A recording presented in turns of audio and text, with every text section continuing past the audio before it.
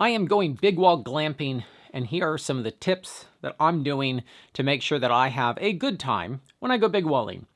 I want to establish that you are not cool because you are suffering on a big wall. You are not a badass because you are struggling. You might just be a dumb 20-year-old who didn't bring enough headlamp batteries or enough water or didn't pack or prepare anything, and you used up your entire first day trying to get on the wall, and now you're climbing till midnight and getting to bed late, hosing the rest of your days. I am not in shape, and I am 41 years old, and I am about to go have a great time on a cliff, sleeping for multiple nights. And I'm not even that fast at climbing. I plateaued somewhere, and it takes me 1 hour per C1 pitch and 2 hours per C2 pitch. And I have noticed some people are very fast at climbing. They will zoom up some C2 plus in 20 minutes. And then I've observed them where I was camping. I've observed them. It takes 6 hours to get to that anchor and then get the leader starting to lead the next pitch quickly.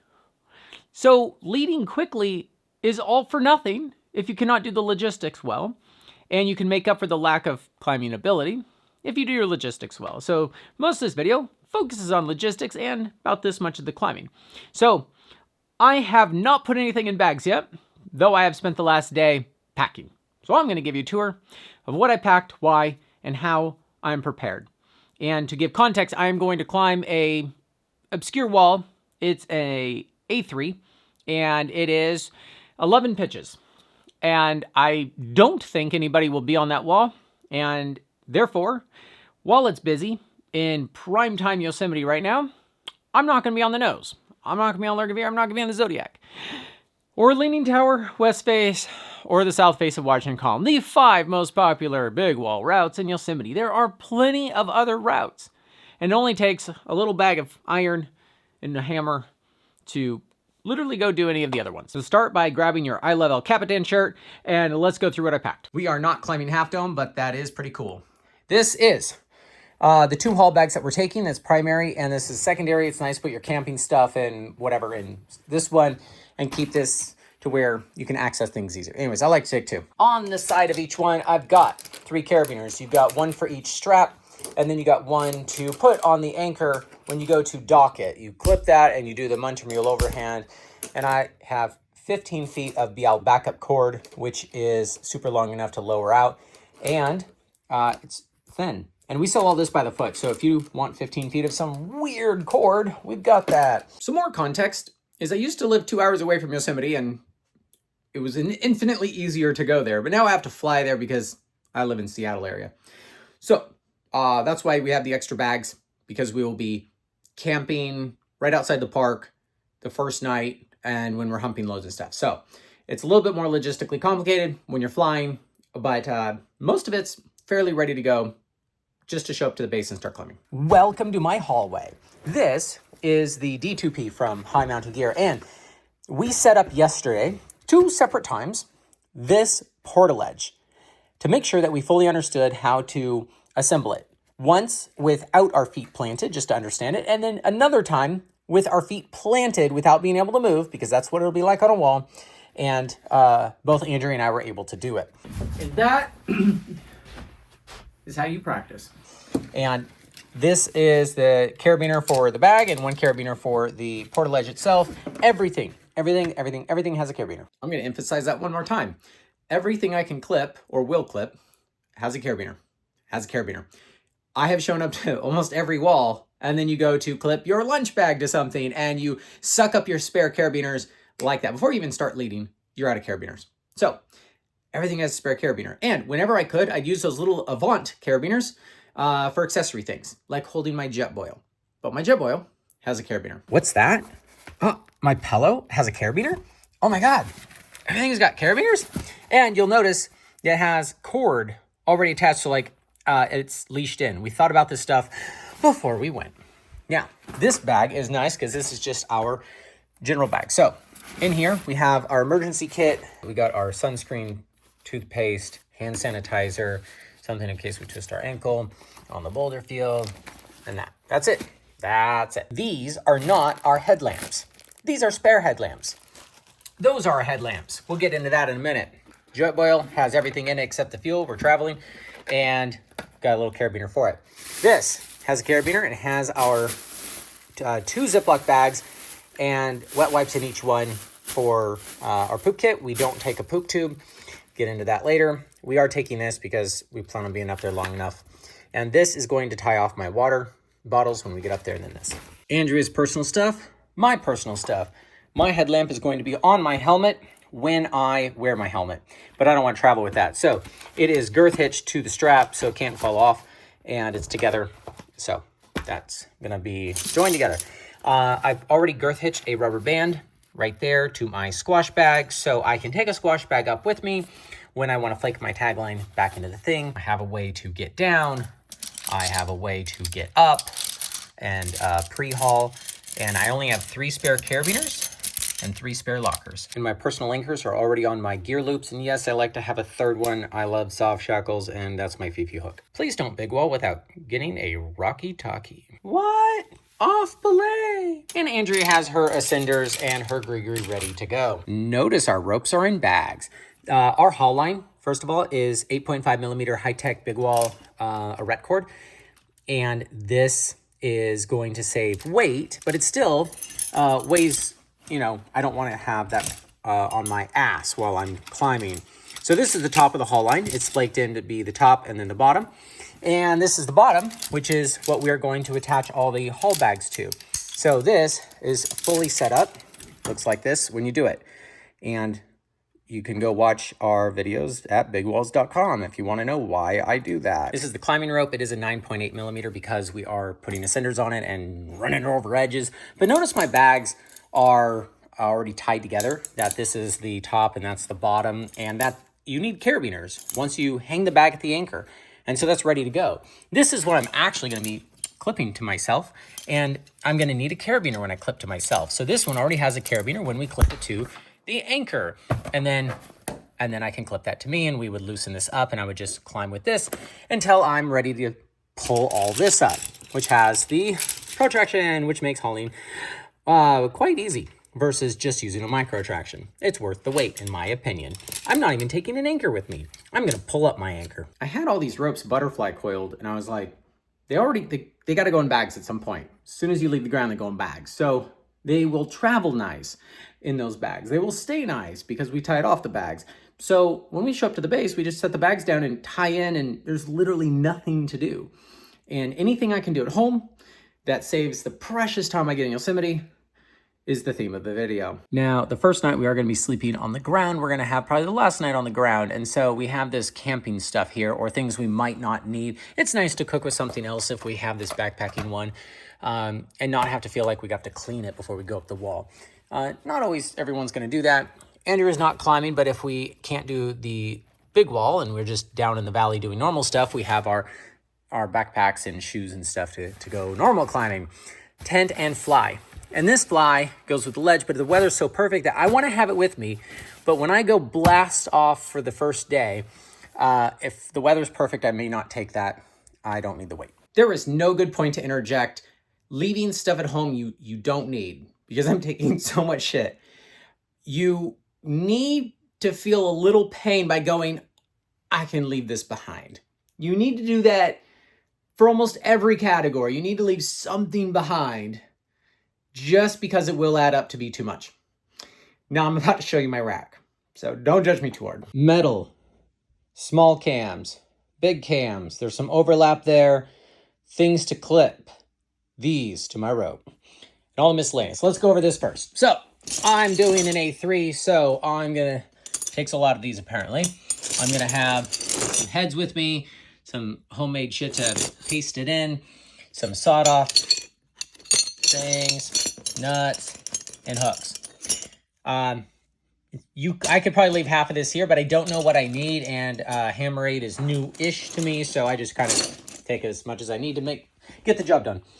I do like hybrid aliens, even though totems pretty much take care of that, but I have them. So I like to take at least one of those. So I have a couple of those.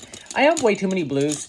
I screwed up something at the store and ended up with, it's worth having them. Anyways, 2, 2, 2, 2, 2, 2, 2. We scratched this when we were taking photos for the engineering photos.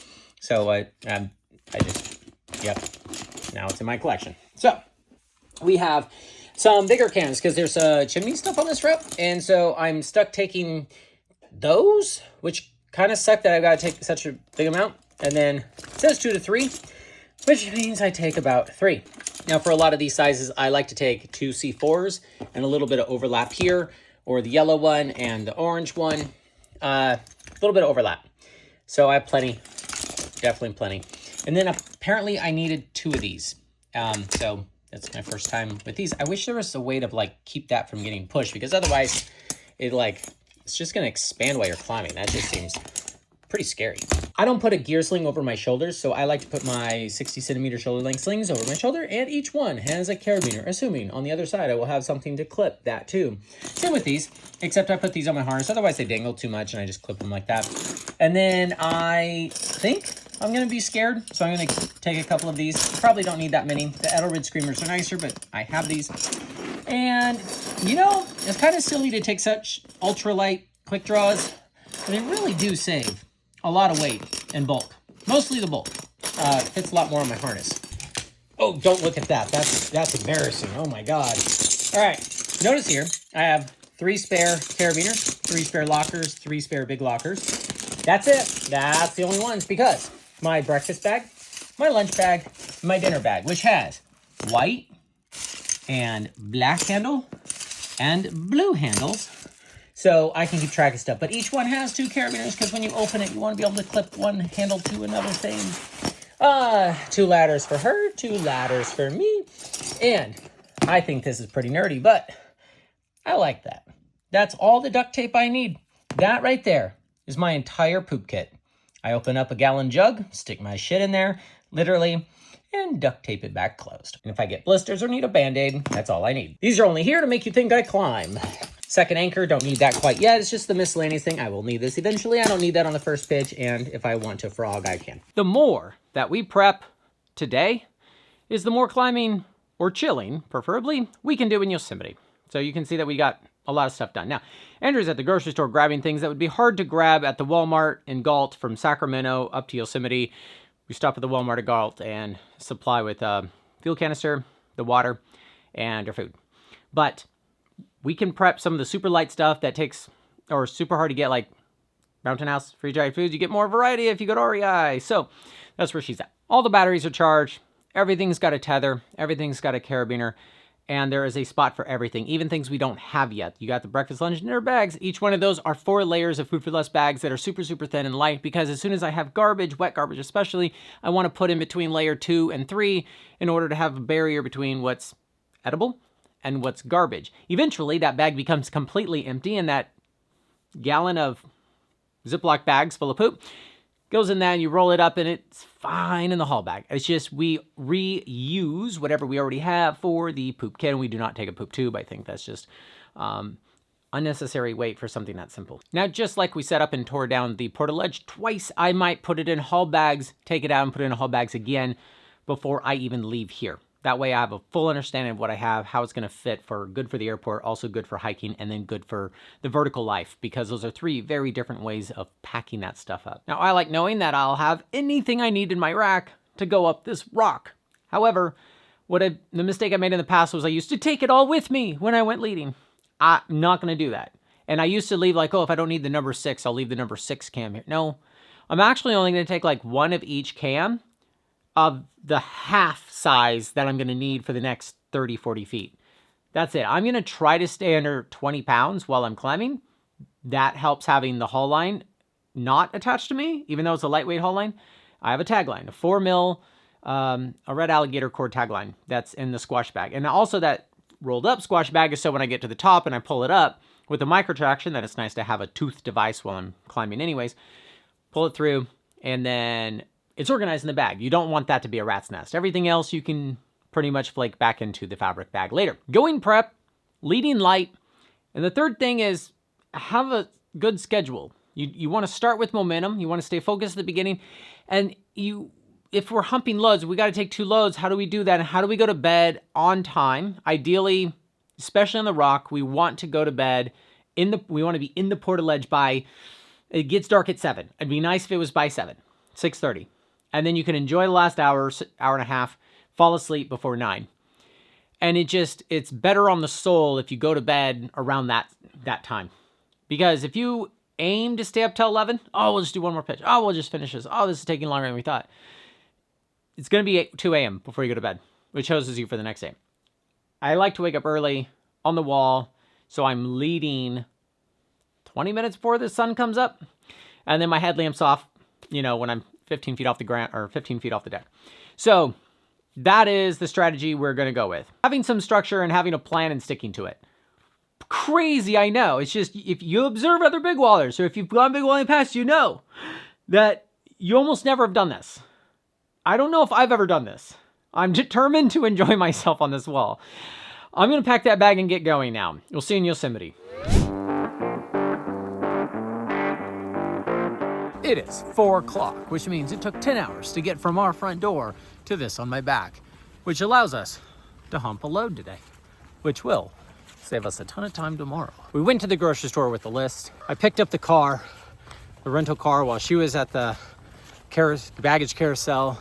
And so then I picked her up at the arrival section instead of us moving all these bags all the way through the rentals process.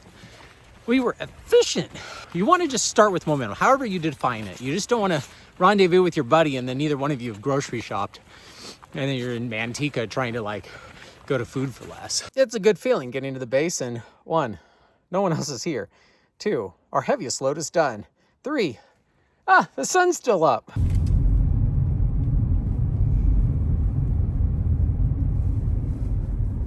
Did you know a lot of stuff that's light is still a lot of stuff? Be nice once we're up there. First piece is in. The light puffy is off, at least for me.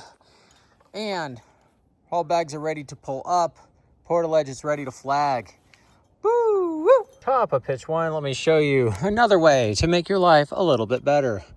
HMS carabiners. Everything gets clipped to these. In my personal anchor. Got a quads, you got different clipping points all over. You put your swivel protraction, keeps it in line. You put that as high as you can, which is never higher than this carabiner. And then I have a third bolt that I'm kind of using as a clothesline at this point, and some cams for the next pitch already. This I've stuffed in there as I went. And then to spread out my legs, because I'm just using this guy to push. I guess I could push. And that's about the V I have right there. That's my stroke. I'm going to stand up, which is a little hard here. There we go. Work like that. And I push. And this way I'm safe and controlled, and I like all this. And so this is all nice and tidy. I'll take care of that line later. There's nothing that's going to get snagged on. And of course, I've got my Rocky Talkie. Hi. Yeah. I'm cleaning, having fun. Looking forward to that portaledge. Yeah, I'm just chilling here with. Oh, this is big wall glamping. I got anything I need right there and a crack to go up. Look who I convinced to lead. This is never an angle. I got it. I've nailed the cam placement on every single one. Yeah, you First thing I've tried. Yeah. Number 2's in there. All right. I was learning in my sleep. Well, now were you sleeping while I was leading? So we had Bree and Brad, so it's time to enjoy the view of El Capitan while she climbs. The reason it's nice to go to bed around this time of evening is you can enjoy things like that. Good lead. Thank you. This is glamping. This is a pretty view. The difference between big walling and performance glamping is sleeping until you wake up naturally. You get less done, but that's why I came, to get less done and enjoy it. That is our shadow. That is so cool. And you ask, why is the view not that different from last night? So we've all heard of the Naiad, or the nose in a day, but have you really embraced the Piad? the pitch in a day, because that's the program we're on right now. I've already done the crux of the chimney of horrors, and I fixed up to the bolt on the inside of that thing. So not only one pitch yesterday, but near. It was like a pitch and a quarter. You know, you make those decisions when you sleep in, not whether or not you stay up late. If we stayed up late, we would have been up till midnight. We wouldn't be waking up till even later. We wouldn't have accomplished anything extra. So this is fun. All right, I need your opinion. Does this look like shit in a bag? Because this is our breakfast. It's granola with some protein powder, and when you make it all wet, I just don't know. It's like a good food hack, but it's like, I don't know how I feel about it. Glamping tip number whatever. We have one bolt between me and Andrea because that chimney is fat. And then this is a number 5 crack right here. And I have my 2 number 5s. And the pro tip for the day is don't put your ladders on this. Notice my ladders are on the bottom one. And then right now I'm about to move this. I'm weighting this one. When I stand up as high as I can, I'm gonna bump that up, sit on it, and then shuffle these aiders up like you would a Jumar. In a sender, you'd shove up, then you'd lift up your feet, stand on your feet, shove that one up, and you're cam ascending, rather than me like stepping over each one. And that makes this awkward thing a little less awkward. It'll be easier to show you how glampish this is if I show you before we put everything in it. That ledge was nice to stand on, but now I'm directly on that bolt. And I couldn't put the portaledge anywhere below it because it's not even. But man, connecting it directly to that bolt puts our big walls, our bags there. Hi, babe. Hi. She's waiting to come up. And then, man, all our anchor stuff's here. I even built a little cam cluster because I could. And then we'll clip stuff we want out of our way because you want to put your back against the wall. But the coolest part, I really like, take a sling to the corner of your portaledge, clip it off. Say did the same thing over here. And now this thing is like crazy stable, which is gonna give us a better night of sleep. So, and that'll be our view for tonight. You know what you should be doing during golden hour? Having the levelest, stablest bed and being in it, enjoying it, and all your shit organized. And our final night, having dinner yet again during golden hour. It's time to go down. And this was super fun because it was in the shade and I wasn't sharing the route with anybody and we were casual about it. Performance glamping.